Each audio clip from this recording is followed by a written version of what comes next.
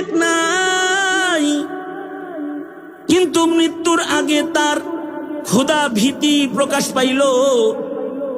নিজের সন্তানদেরকে ডেকে একত্রিত করে বলে, সন্তানেরা রে, জীবনে এত অন্যায় আমি করছি,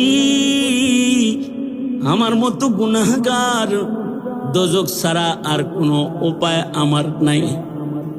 সন্তানেরা রে, আমি মরে গেলে আমার লাশটাকে কিন্তু আগুন দিয়ে পুড়ায়া ছাই বানায়া দিস।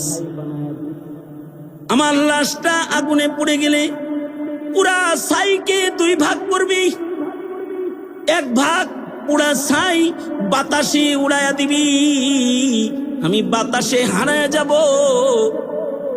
আর এক ভাগ পোড়া ছাই পানিতে ভাসায়া দিবি, আমি পানিতে হারায়া যাব। আমার যেন আমার রবের কাছে হাজির হইতে না হয়। সন্তানেরা রে, তোরা আমাকে পোড়ায়া